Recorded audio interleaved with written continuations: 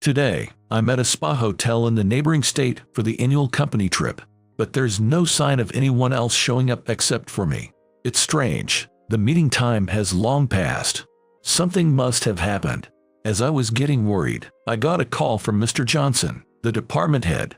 Everyone's staying at a different place, so cancel that hotel.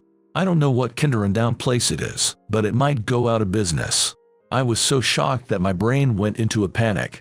Mr. Johnson has always disliked me for joining the company as a high school graduate, and he's the kind of person who's always mean to me. I guess he wanted to harass me this time too. But this harassment is absolutely unacceptable. What? It's gonna be a big problem if you guys don't come. The hotel we booked is. Huh? After this, Mr. Johnson was about to fall into hell. My name is Bob, and I'm 20 years old. I was born into a very ordinary family with my father, mother, and older brother. My father runs a small company, and my mother helps him out. My brother, Michael, who is 10 years older than me, often took care of me in place of my busy parents. Michael is not only good at studying but also versatile in sports, and he looks cool to anyone. He taught me how to study and play sports. I sincerely admired my brother and even thought that I wanted to be like him when I grew up. However, it seemed that I had no talent for studying or sports, and no matter what I did, I couldn't do as well as my brother. Everyone has their strengths and weaknesses, and you should just do your best at what you're good at, Bob. That's right. My parents encouraged me by saying that, but as a child, I was filled with an inferiority complex. A while later, when I was a senior in high school, my homeroom coffee teacher said something harsh to me during career counseling. I think it's gonna be difficult for you to enter university, Bob. My mother and I, who were there, were stunned. We thought it was a given that I would go to college after graduating from high school. If you really want to go to college, I think you might be able to go to this a university. A university. A university is known as a college that anyone can attend if they pay the money. Is there any point in going to such a university? I made up my mind at this point. I'm gonna work as a high school graduate without going to college. My mother was surprised to hear my words and said, "What? Are you sure about that?" I nodded strongly. I may not be good at studying or sports, but I can handle getting a job. With that strong feeling, I started working hard on job hunting from that day on.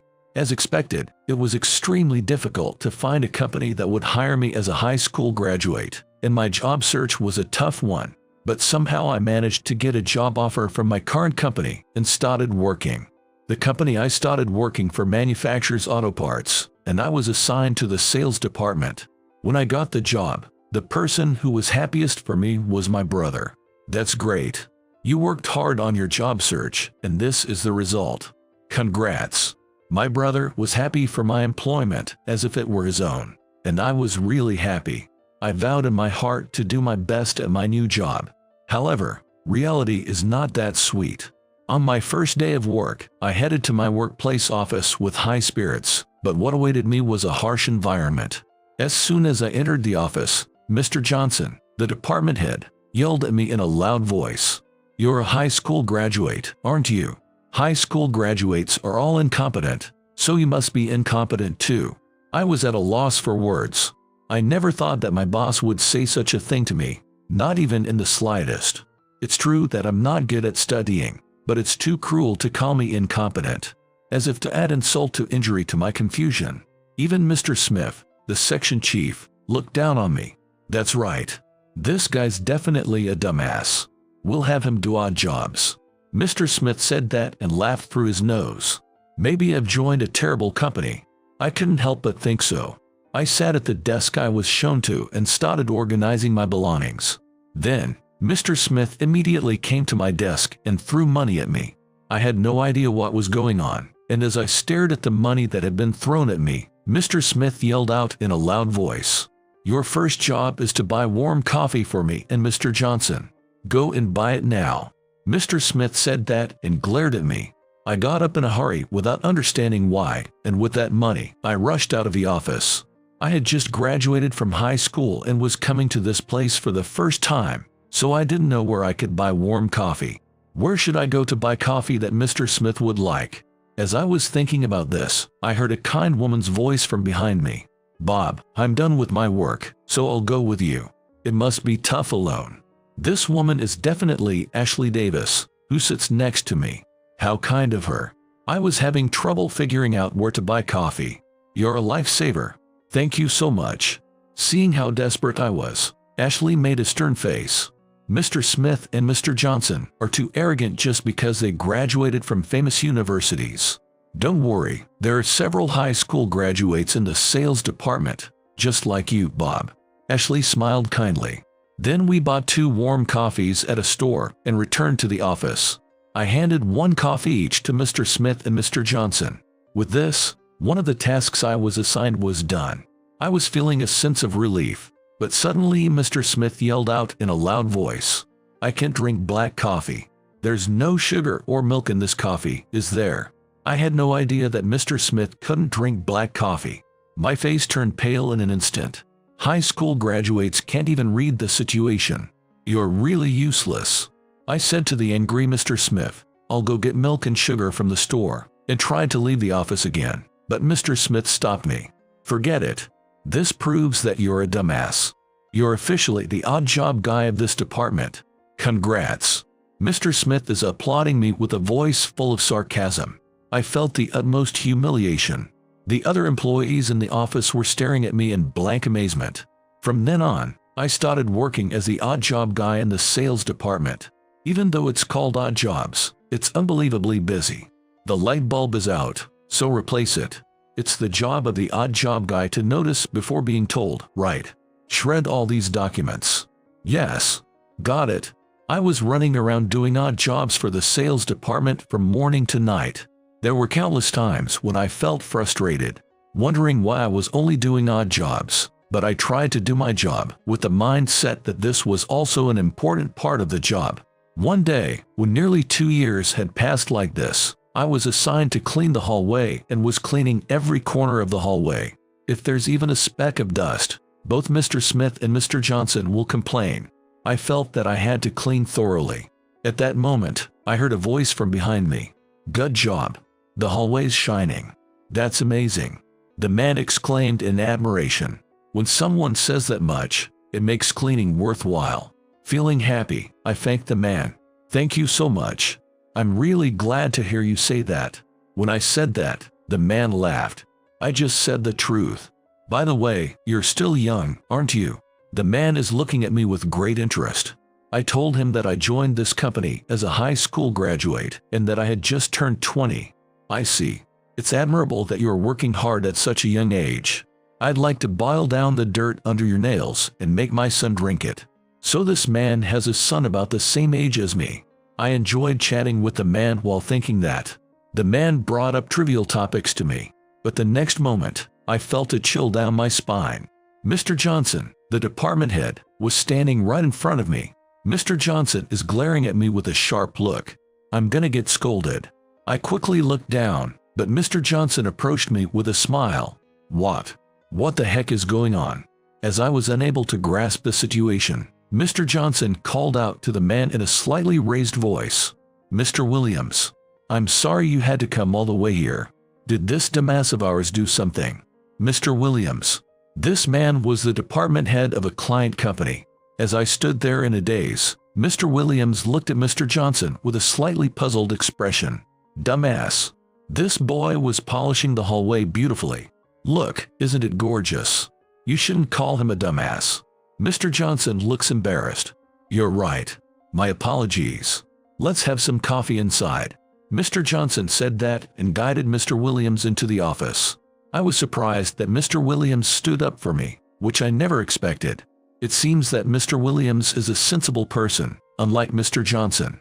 As I was absent-mindedly watching the situation, Mr. Johnson said to me in a low voice, "Hey, prepare the coffee right now." I rushed ahead to the kitchenette and prepared the coffee. When I hurriedly brought the coffee to the sales department, Mr. Smith and Mr. Johnson's unpleasant, high-pitched voices were echoing. "Thanks to Mr. Williams' kindness, our company is also secure. We look forward to a long and prosperous relationship."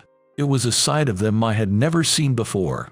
It seemed that the business with Mr. Williams' company was necessary for this company, and they were trying to please him.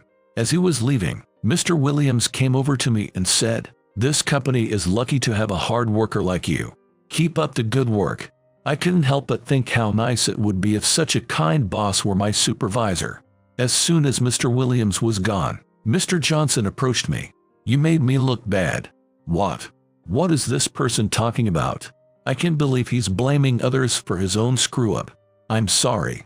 I wasn't convinced, but I decided to apologize. I knew that if I talked back, it would only come back to me twice as bad. You should just do odd jobs out of people's sight. Never talk to clients again. You're the shame of this sales department." I couldn't believe my ears. I was shocked to be told that I was the shame of the sales department, even though I was working so hard on odd jobs. I always try to think positively, but this time I couldn't think positively and was dumbfounded. Mr. Johnson said to me in a loud voice, "If the same thing happens again, I won't hesitate to fire you." "Fire me?" Ashley, who sits next to me, also looked surprised with wide eyes. All I could do was look down. Mr. Johnson said whatever he wanted and went back to his desk. "Bob, are you okay?" Ashley peered into my face with a worried look. I was not okay at all, but I couldn't let Ashley worry. "Yeah, I'm fine. If I work harder than I am now, it'll be fine, right? I'll do my best." Even though I said that, the word fired was too heavy for me. The next day, I woke up to my alarm clock as usual, but my body felt as heavy as lead, and I couldn't get up right away. I had to hurry, or I would be late for work. I had to get to work earlier than anyone else and clean. However, my body is not cooperating. I took my temperature and was surprised. I rarely catch a cold, but I had a high fever of 102 degrees Fahrenheit. Even so, I took some fever medicine and tried to go to work. I didn't know what Mr. Smith or Mr. Johnson would say if I took a day off for a cold. I thought I might get fired if I wasn't careful. As I was trying to force myself to put on my suit, my brother, who had been watching, stopped me. "Hey, are you planning to go to work with a high fever? You should take the day off." My brother raised his voice, worried about me, but I still didn't stop putting on my suit. "I have to go." My brother asked me the reason, looking puzzled. I hesitated to tell him because I didn't want to worry my brother, but when I looked into his eyes, I felt like I wanted to talk to him. "Actually, I'm the odd job guy at the company. There's a lot of work I have to do, and if I take a day off, I don't know what Mr. Smith or Mr. Johnson will say to me."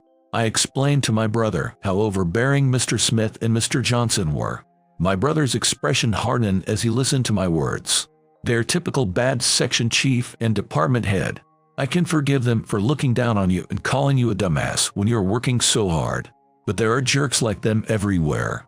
Even if it's okay now, I believe that divine punishment will fall on such trashy people. I think you should just do your best at your own work, no matter what they say to you, Bob. With that, my brother took off my suit. "For now, you're taking the day off today. It won't hurt to take a break once in a while." I went back to bed as my brother told me to, and contacted a company to take the day off. That's right. All I have to do is do my best at what I can. My brother's words resonated with me more than anyone else's. And before I knew it, I had fallen into a deep sleep. I wasn't aware of it myself, but I must have been exhausted from the unfamiliar work. In the end, I had to take 3 days off work before I fully recovered. When I go to work, I'm sure Mr. Smith and Mr. Johnson will make sarcastic comments. With that thought in mind, I went to work, and sure enough, Mr. Smith glared at me.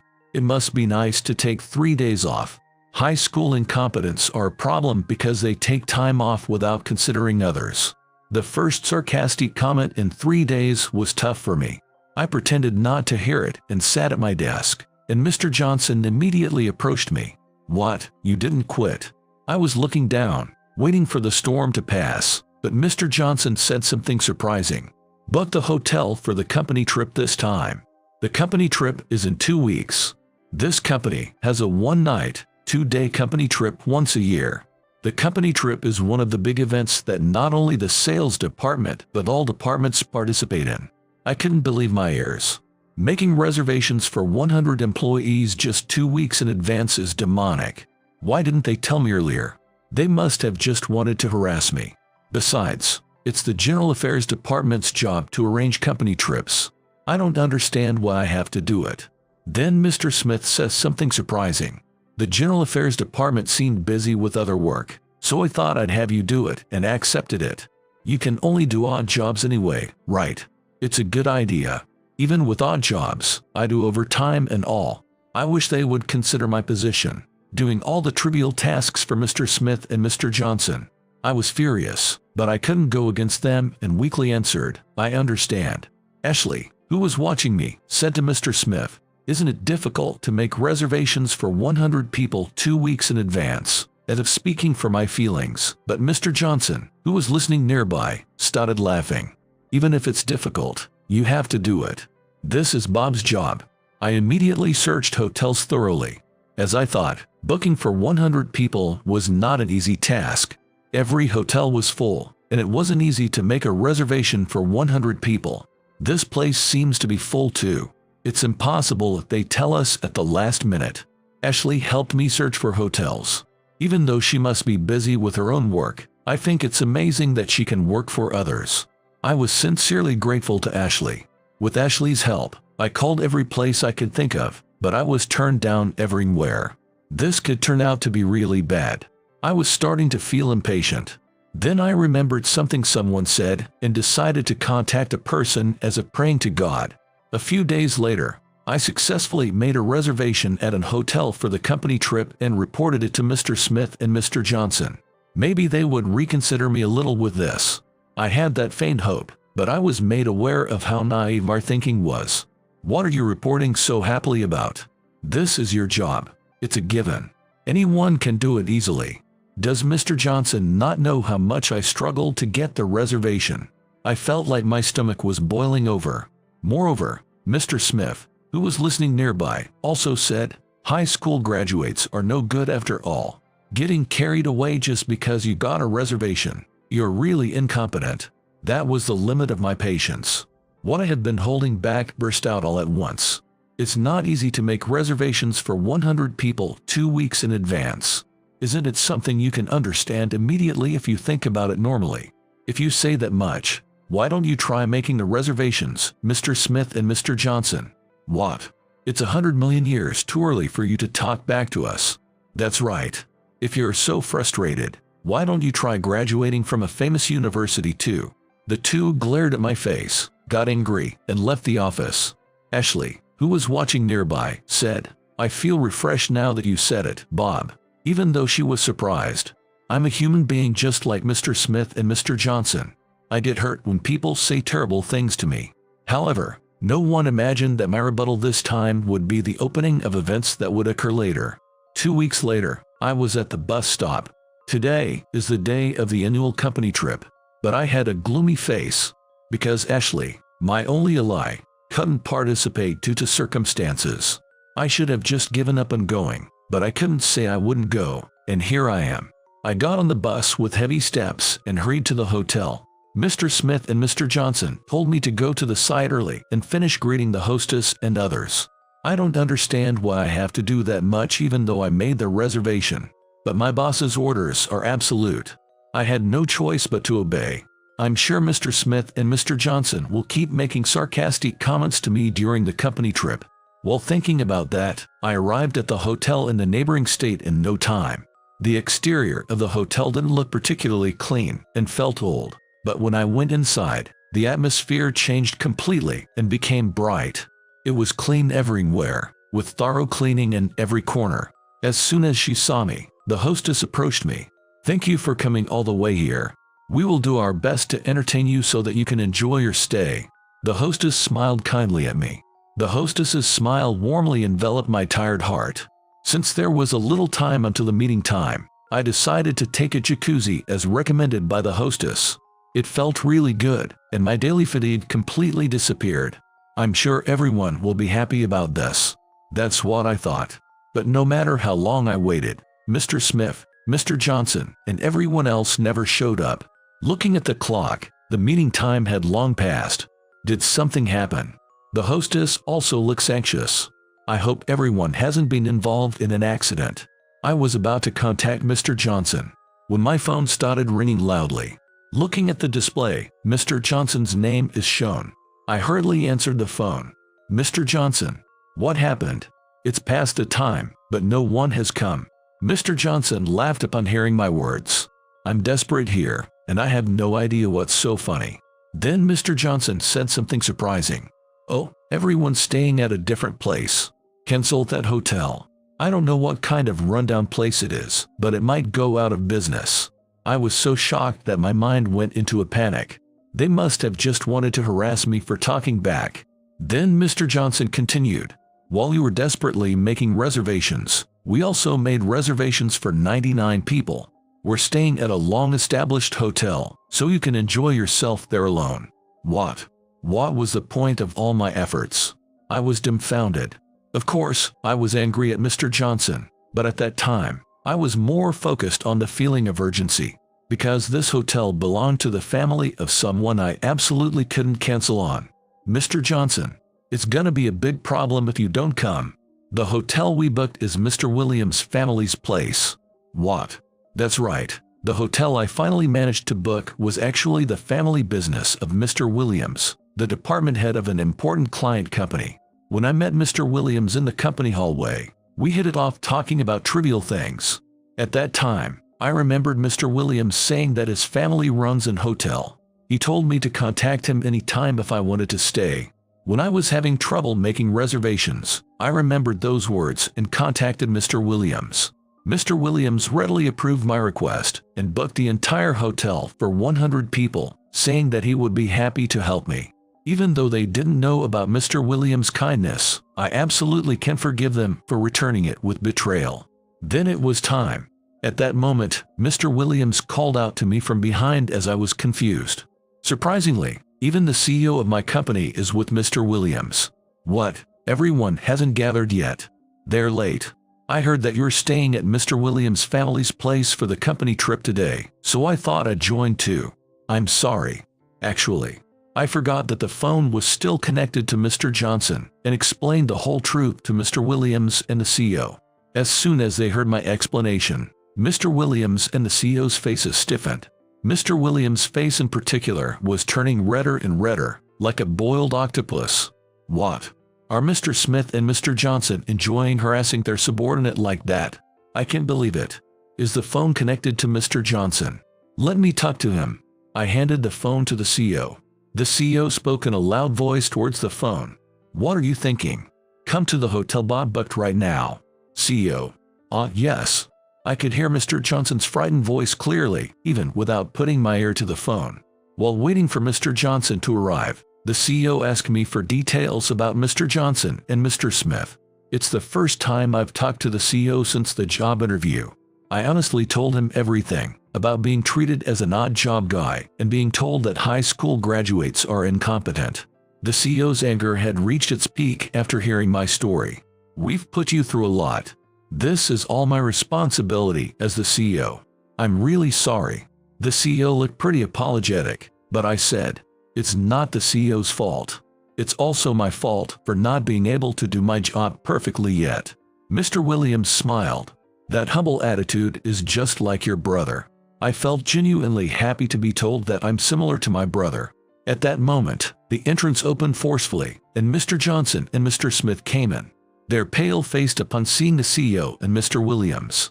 This time, we mistakenly booked the wrong hotel, and this happened. It's all because of that incompetent guy Bob over there. If Bob had explained properly, this wouldn't have happened. The two of them started telling blatant lies. They're probably scheming to put all the blame on me. But the CEO wasn't fooled. Blaming your subordinate, and you still think you're in a higher position. I'm appalled to hear that. Do you dislike Bob that much? Hearing the CEO's loud voice, the two of them looked down.